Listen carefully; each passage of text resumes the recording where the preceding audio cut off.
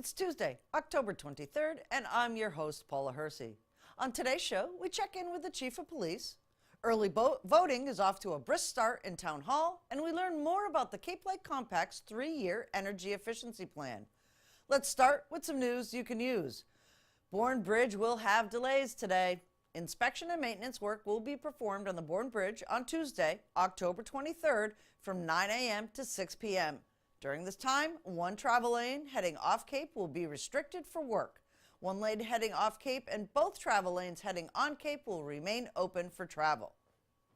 Did you know that some of the water mains in the Hyannis water system are over 100 years old? We found Hyannis Water Supervisor Hans Kaiser on Main Street last week to get an update on the construction process and what's coming up next in the project.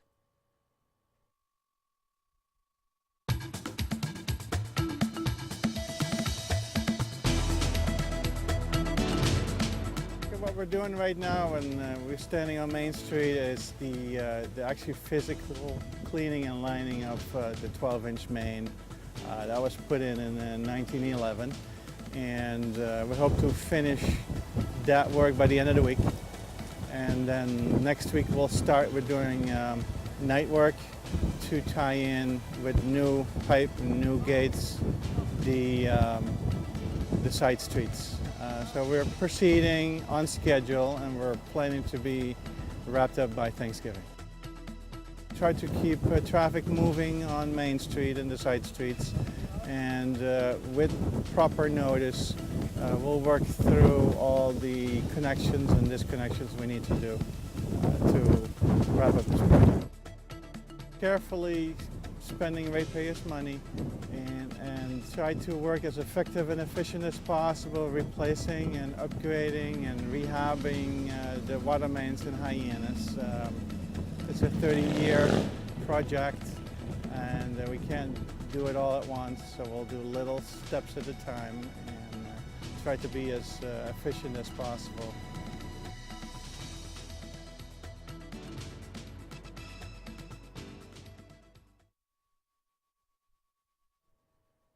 Chief Sonneman is on his way to a conference off Cape this morning, but we had a chance to pre-record his interview yesterday with several topics from the nefarious to the feel-good community impact.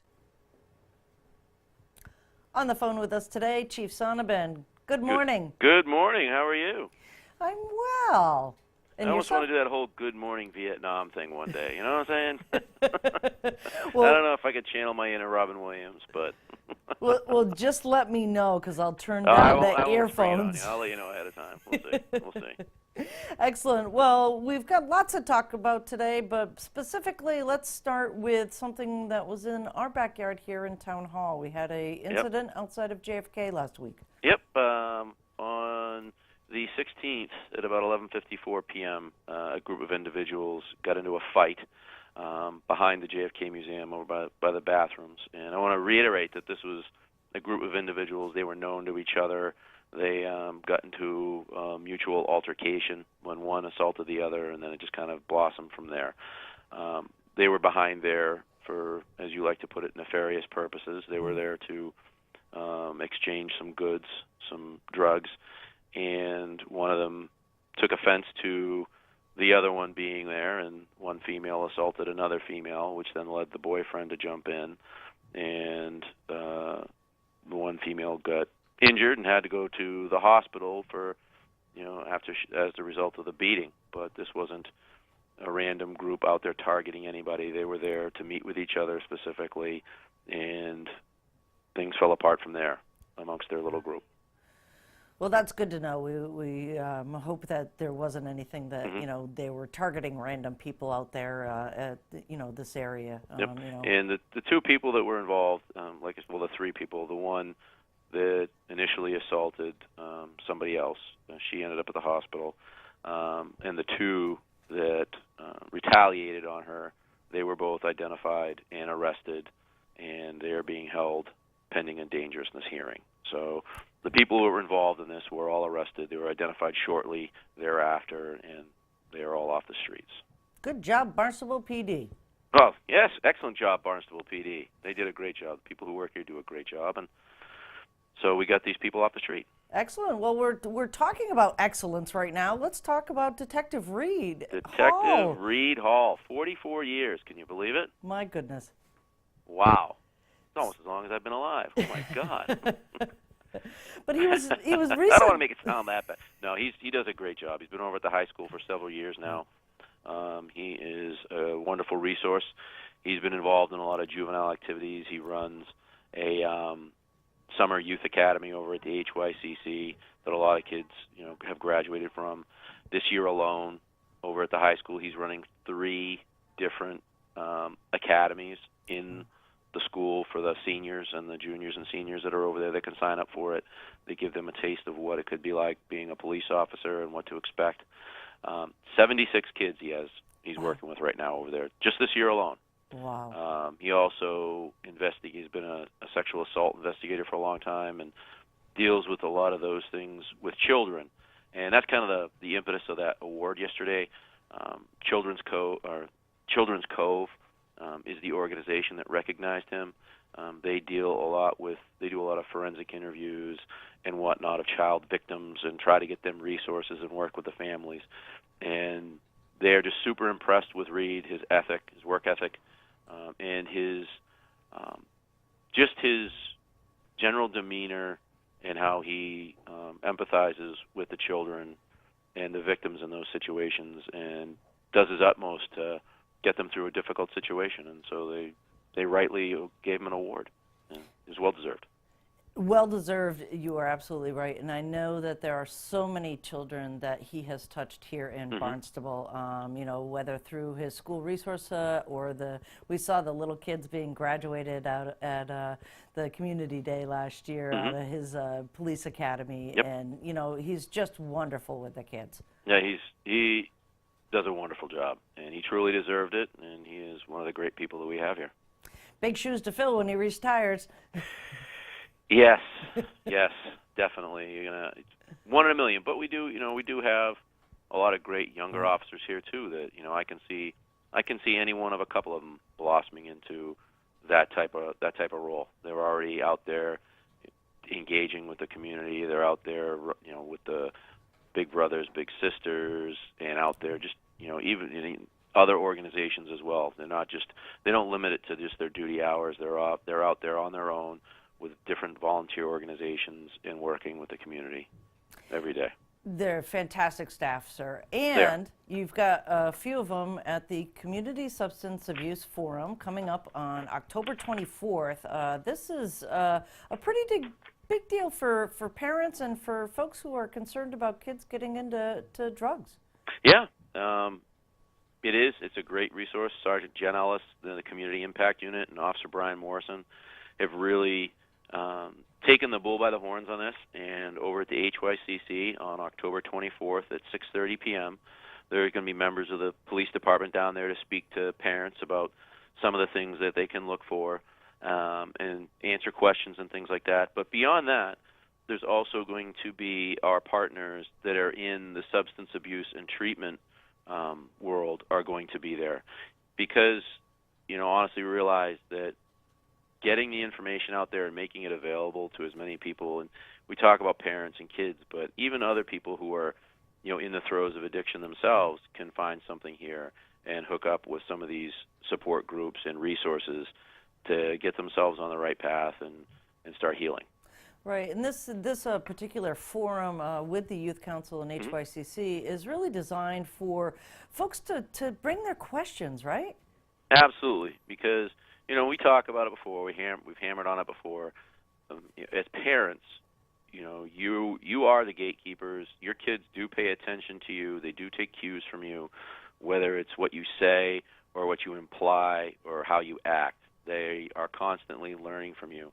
And to have the information on what to look for, signs, symptoms, even the I don't want to say tools, but the paraphernalia that the kids are involved in these days. It used to be a pack of Marlboros or something that was fairly obvious, or a bottle. Now it's you have these jewels and you have vaporizers and you have all kinds of different stuff out there that even I, and I hate saying the older generation, but even I, and I'm not I'm not wicked old, I don't think, but there's just so much new stuff out there that you just don't know about.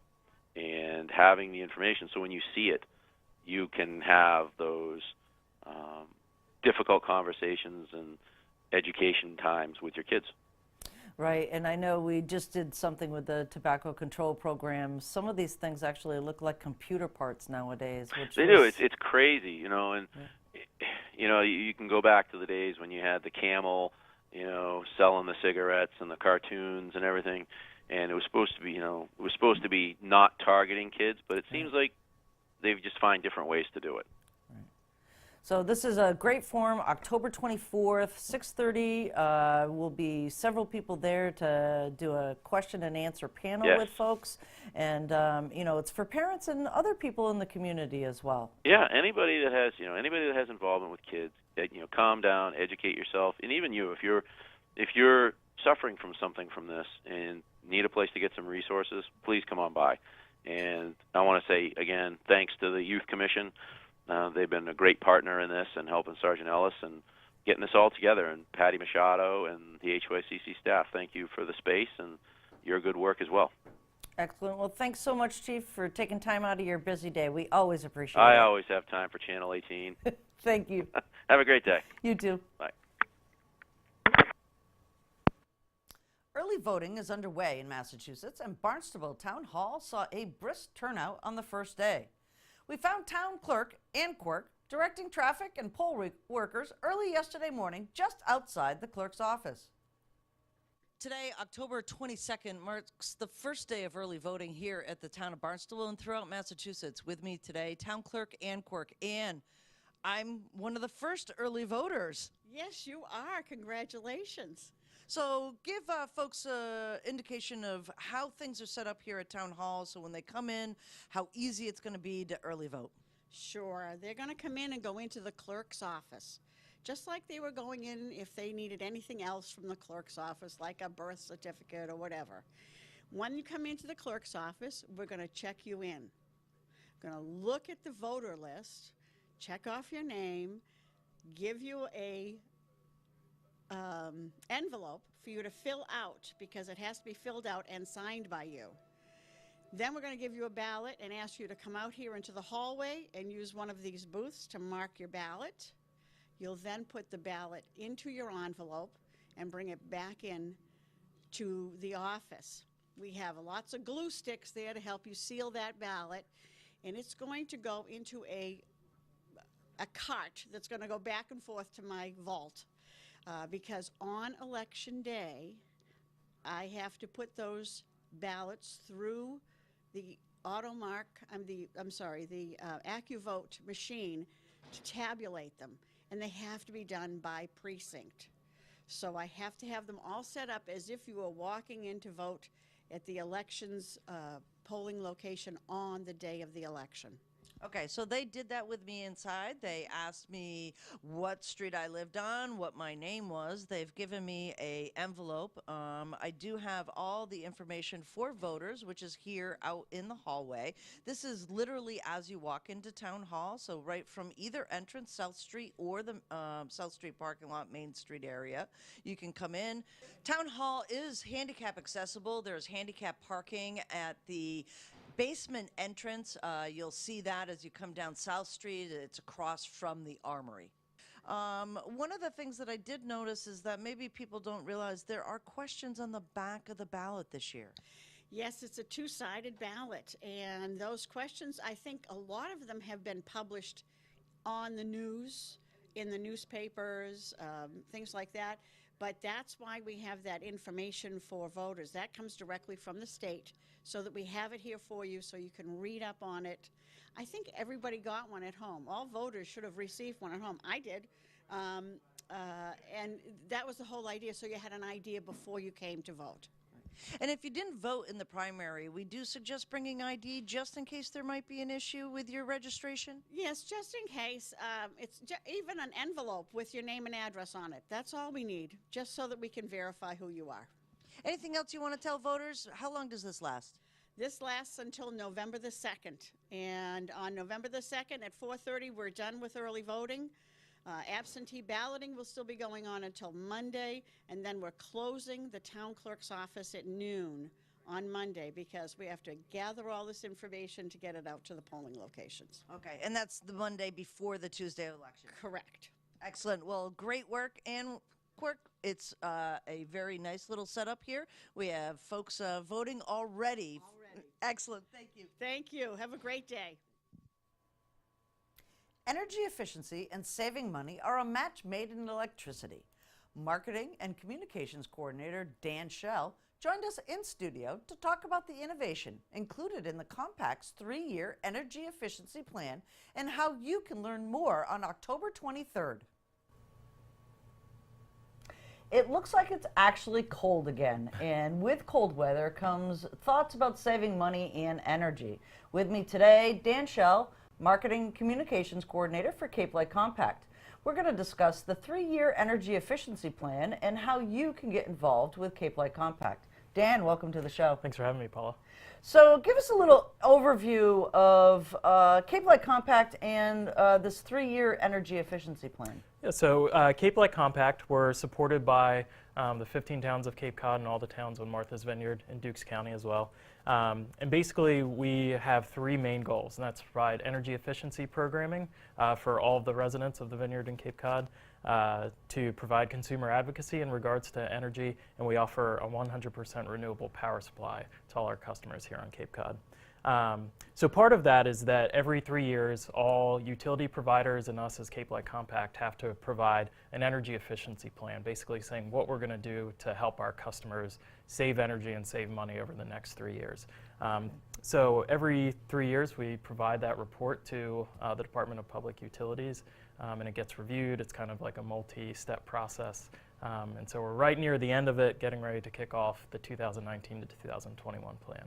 Excellent. So there's things that change in this plan over time. Obviously, technology plays a part in that. And one of the things that I saw in the plan that really piqued my interest is somewhat of something like a microgrid.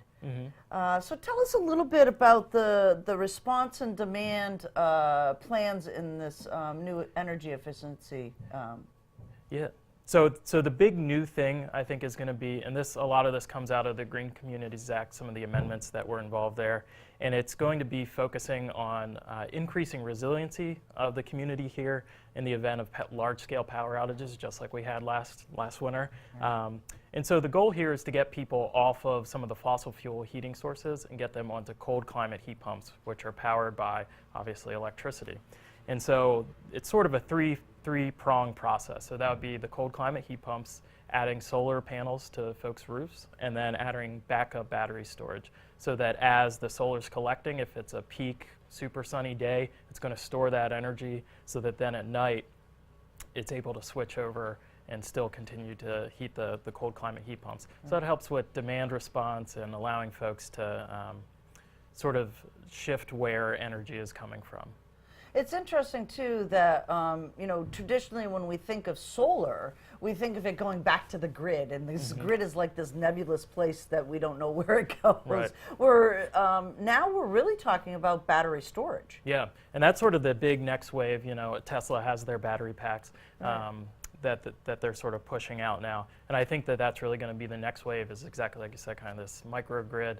And the great thing about that is that you can opt to have that discharged back as well. So just like solar panels, if they're overproducing, it goes back into the grid. The same if there's a high demand and your battery has storage, you can push that back into the grid as well. Right, and let's talk a little bit about high demand events. What are those? So anytime that there's a really intense burden, so obviously the summer, folks with their air conditioners, those are going to be a higher demand season. In winter, actually, is a similar because we're fueled by natural gas, and so the rates tend to go a little bit higher. So those would be peak events when people are coming home from work, or if it's a super cold day. Those are all examples of when you would have a peak response or a higher demand. Okay.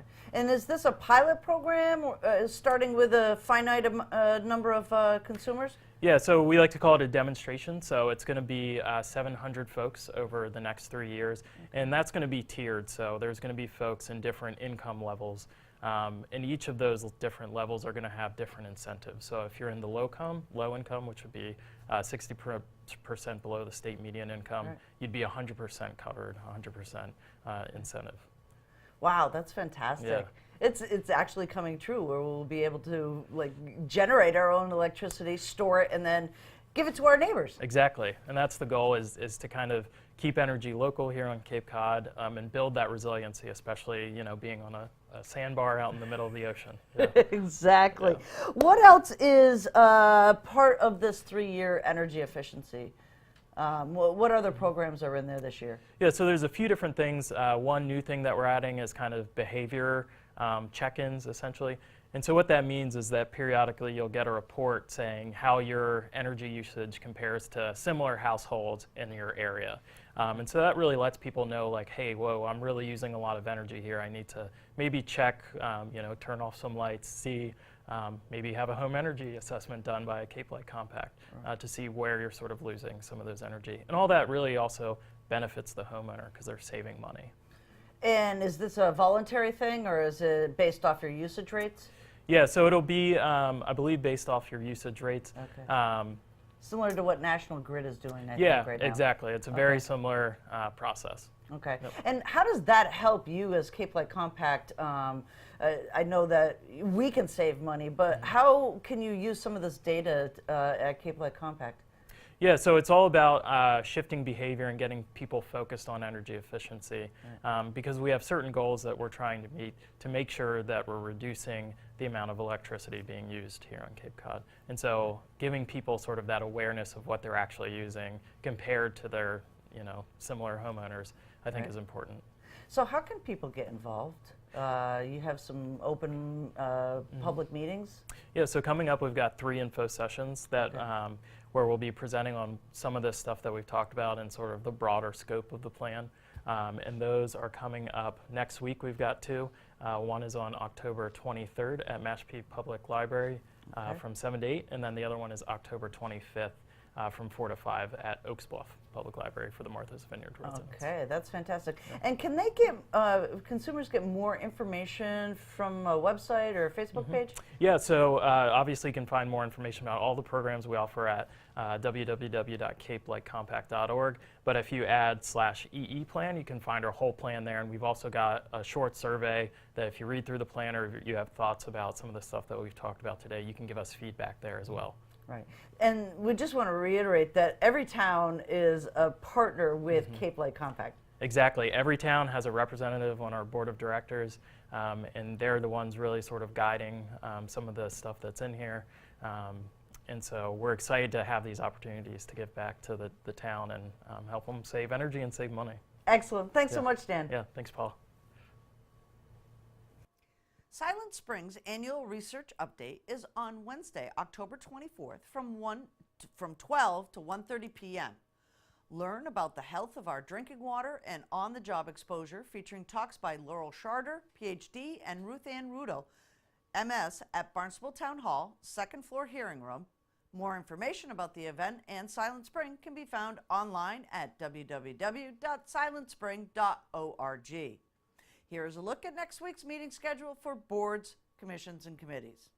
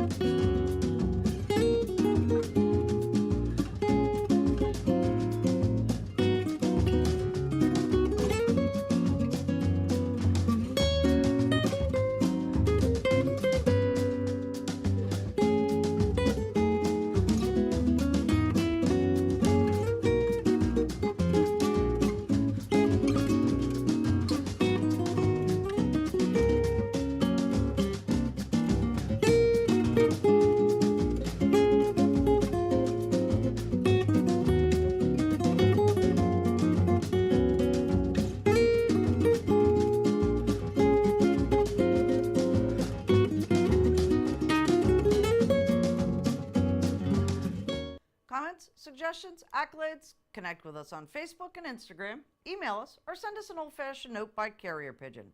Channel 18 works. For you, I'm Paula Hersey, and thank you for watching Barnstable Today.